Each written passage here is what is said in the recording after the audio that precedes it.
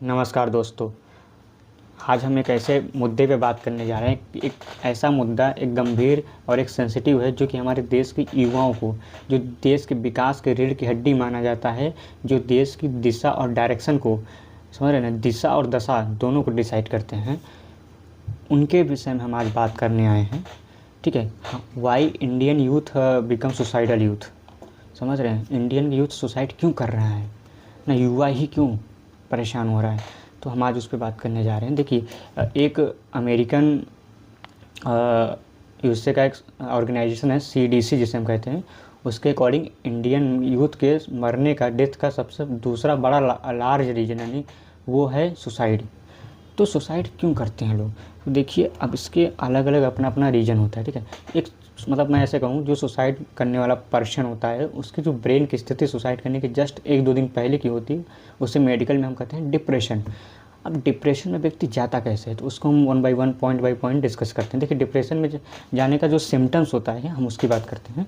तो उसमें क्या होता है, जैसे आपको अपनी डेली एक्टिविटी से आपका है ना ध्यान हट जाना, सैडनेस फील होना, या कभी कभी आप दुखी हो तो बहुत ज़्यादा हंसने लगे अचानक से, आप हंस रहे हो अचानक से दुखी हो गए ना, टायर्डनेस आ जाना, भूख ना लगना, अपनी जो एक्टिविटी है, अपना जो काम है, आप अगर जैसे पढ़ाई कर रहे हो तो उसमें आपका ध्यान ना लगना, मन ना लगना। देखिए, आना आपका नींद का ख़राब हो जाना, स्लीप साइकिल आपका डिस्टर्ब होना, आप अच्छे से सो नहीं रहे हो, या बहुत ज़्यादा सो रहे हो, या बिल्कुल नहीं सो रहे हो, या बहुत कम सो रहे हो, तो ये सारी चीज़ें। देखिए, ये जो सिम्टम्स मैंने आपको बताया, ये सबके अंदर होते हैं। बिल्कुल भी घबराइए मत, आप परेशान मत होइए कि नहीं यार ये क्या चीज़ बता दिया गया हमें। ये नॉर्मल है, हमारे अंदर भी होता है, आपके अंदर भी होता है। प्रॉब्लम इन सिम्टम्स नहीं, ये सिम्टम्स की ड्यूरेशन प्रॉब्लम करते हैं। अगर ये सिम्टम्स आपके अंदर 2 वीक से ज़्यादा हैं, 14 दिन, 15 दिन, 20 दिन तक आपके अंदर कंटिन्यू ये सिम्टम्स बने रहते हैं, तब ये चिंताजनक बातें हैं। और यही सिम्टम्स की वजह से हम सुसाइडल नोट्स लिखते हैं एंड देन हम सुसाइड को कर लेते हैं। एक प्रोसेस होता है। तो डिप्रेशन में व्यक्ति जाता कैसे, क्या रीज़न हो सकता है?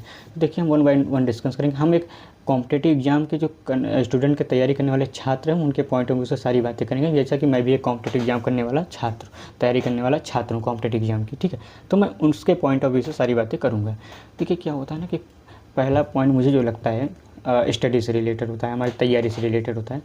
देखिए, जैसे नीट जेईई का कोई बच्चा तैयारी कर रहा है, या किसी भी एग्जाम यूपीएससी वगैरह का, तो होता है उसमें क्या है कि बच्चा क्लास जाता है, क्लास में क्लास टेस्ट होता है, मॉक टेस्ट होता है, उसमें अच्छे नंबर नहीं आना, है ना, एक बहुत बड़ा रीज़न होता है। छोटी बात है लेकिन ये बहुत बड़ी बात है। उसमें नंबर नहीं आना, कंटिन्यू डिस्टर्ब होना, है ना। हम पढ़ाई करते हैं, बहुत मेहनत करते हैं, लेकिन मॉक टेस्ट दिए पता चला उसमें नंबर ही नहीं आए, है ना। घर बात करते हैं तो घर वाले भी थोड़ा सा होपलेस हो जाते हैं, निराश हो जाते हैं। वो कह देते हैं कि यार मेहनत करो, क्यों नहीं कर रहे हो।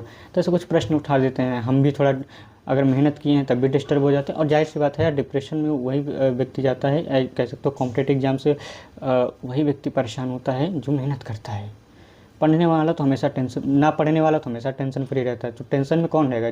मोर स्टडी मोर प्रॉब्लम, सीधी सी बात है। तो उन्हीं बच्चों को स्ट्रेस होता है ना। तो ये एक बहुत बड़ा रीज़न है। अच्छा, एग्ज़ाम दिए, आपका सिलेक्शन नहीं हो। देखिए, यहाँ पर मैं अपना एक सजेशन दूंगा। कोई भी कॉम्पिटिटिव एग्जाम का तैयारी करने वाला बच्चा हो, नीट जेईई या कोई भी एग्ज़ाम की, यूपीएससी एसएससी, आप हमेशा अपने पास एक प्लान भी रखिए। देखिए, इस बात से कई लोग एग्री नहीं करेंगे, कई लोग कहेंगे कि देखो भटका रहा है हमें हमारे लक्ष्य से। देखिए, अगर आप उस एग्ज़ाम की तैयारी करते करते आप सुसाइड नहीं करना चाहते हो, आप मरना नहीं चाहते हो ना, तो आप प्लान भी हमेशा रखिए, ऑलवेज। देखिए, क्या होता है, प्लान भी नहीं रखिए। अगर आप मान लीजिए अगर नीट की तैयारी कर रहे हो, आपके पास कोई प्लान भी नहीं है, आपने 3 ड्रॉप ले लिए, आपका सिलेक्शन नहीं हुआ, तो आपके पास पता है होपलेस हो जाएगा कि यार अब मैं क्या करूँगा, अब मैं कहाँ जाऊँगा, मेरे तो 3 साल बर्बाद होंगे, मैं तो कुछ कर भी नहीं सकता। और ये सारी चीज़ें हमें गलती की बात समझ में आती हैं। जब हम पहला ड्रॉप लेते हैं, पहली बार तैयारी करते हैं, तो हमें लगता है कि अरे हमारे पास एक ऑप्शन रहेगा, तो हमारे पास मजबूरी रहेगी। देखिए, ये सारी बातें रील में अच्छी लगती हैं, रियल में नहीं। मेरी बात को समझिए आप लोग। किसी भी एग्ज़ाम की आप तैयारी कर रहे हैं, किसी भी एग्ज़ाम की, आप प्लान भी हमेशा रखिए। और आपको नहीं भरोसा होता तो जितने भी बच्चे कॉम्पिटिटिव एग्जाम की तैयारी करने वाले हैं और जो सुसाइड कर ले रहे हैं, उनके पास कोई भी प्लान भी नहीं था स्ट्रॉन्ग, इसीलिए उन्होंने सुसाइड किया, क्योंकि उनको समझ में आ गया था कि मैं यहाँ से कुछ भी नहीं कर सकता।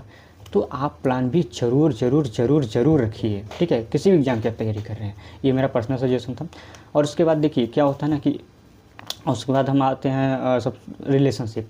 एक बहुत बड़ा प्रॉब्लम है जिस पे कोई बात नहीं करता खुल के। हाँ, ये प्रॉब्लम है वास्तव में। देखिए क्या होता है, जब हमारी नई एज होती है ना, 15 से लेकर के 20 साल 25 साल की एज में, तो इस समय में हमारे बॉडी में ना कई सारे चेंजेस होते हैं। हार्मोनल चेंजेस हो गए, फिजिकल चेंजेस हो गए, इमोशनल चेंजेस हो गए। तो हमें ना किसी लड़की या किसी लड़के से इंटरेक्शन होता है, हम उसको प्यार समझ बैठते हैं, जबकि प्यार नाम की चीज़ मेरे हिसाब से एग्जिस्ट करती ही नहीं है। प्यार सिर्फ एक मम्मी और जो माता लोग होती हैं और जो बच्चा होता है उनके बीच में होता है।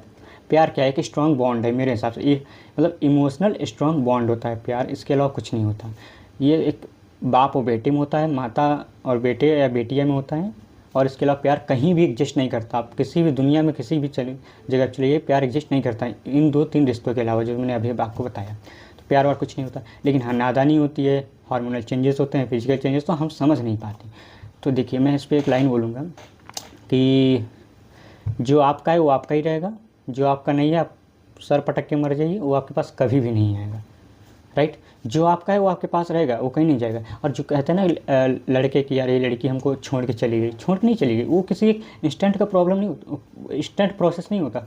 वो एक कह सकते हो बहुत बड़ा प्रोसेस होता है जो पहले चल रहा होता है। पहले वो अपना बैकअप बनाएगी, है ना। अगर कोई लड़की है तो पहले अपना बैकअप बनाएगी। ये लड़कों पे भी अप्लाई होता है। लड़के भी अगर किसी लड़की को छोड़ रहे हैं तो पहले वो अपना बैकअप सेट करते हैं, ठीक है, कि यार इसको तो छोड़ के जाएंगे, इसके बाद कहाँ जाएंगे। तो बैकअप बनता है, फिर प्रॉपर बॉन्डिंग, वहाँ से बॉन्डिंग बनती है, यहाँ से टूटती है। तो एक प्रोसेस होता है। फिर हमको एक दिन लगता है, पता चलता है कि यार हमने छोड़ दी, और हम उसके चक्कर में एल्कोहल, है ना, बहुत सारे स्मोकिंग, नशे में, ड्रग्स वगैरह में लग जाते हैं, ठीक है।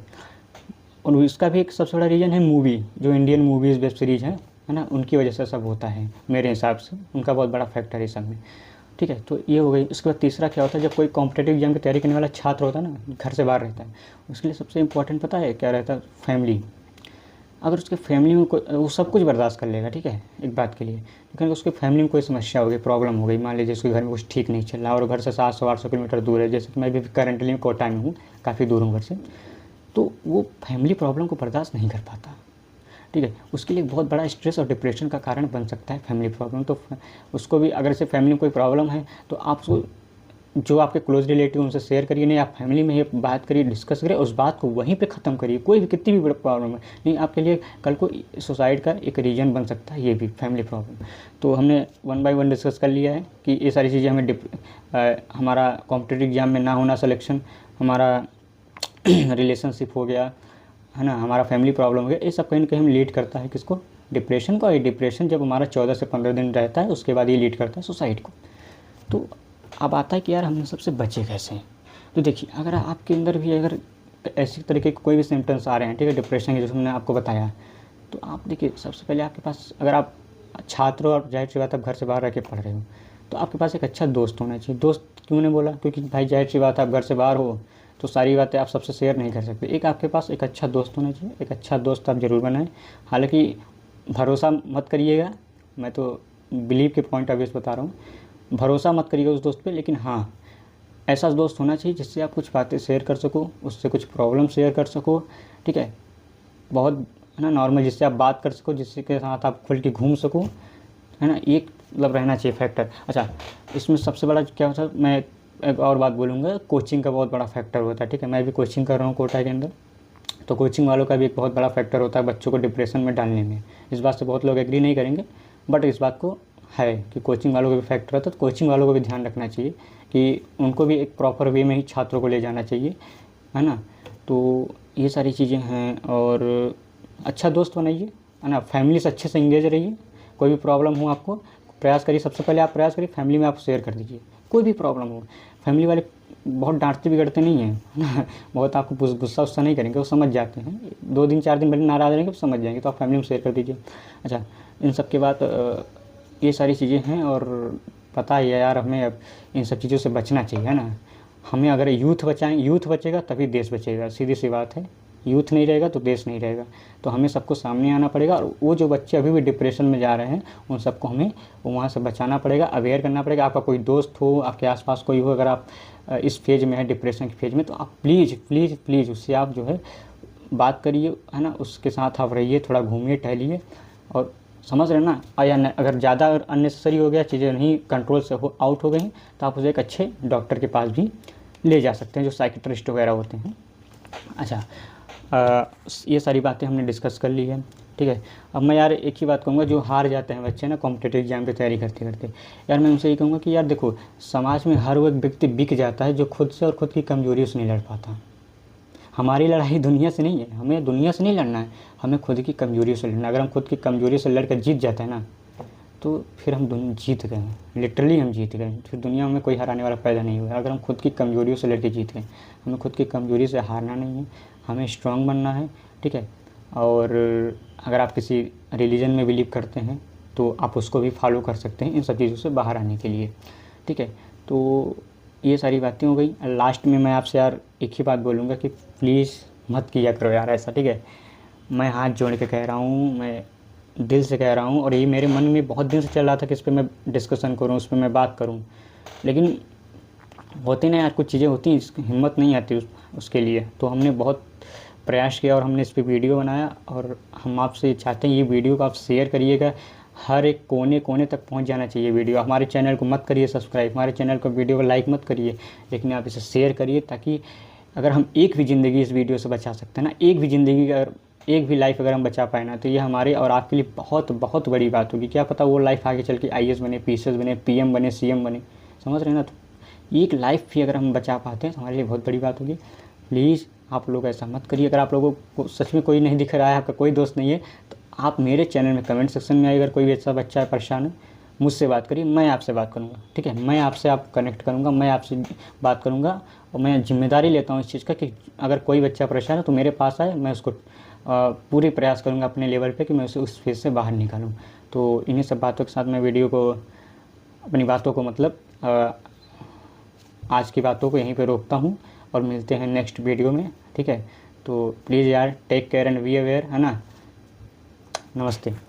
Take care and be aware. और ऐसा करने से पहले 4 बार सोचिएगा। अपने घर वालों के बारे में तो कम से कम सोच लीजिए कि घर वाले, समझ रहे हो ना, घर वालों के बारे में एक बार सोच लेना अच्छे से, अपने घर के कंडीशन में सोचना, तो ऐसी सारी चीज़ें कभी नहीं आती, ठीक है। तो ठीक है यार, बातें तो बहुत हैं, but take care and be aware. मिलते हैं आपसे नेक्स्ट वीडियो में।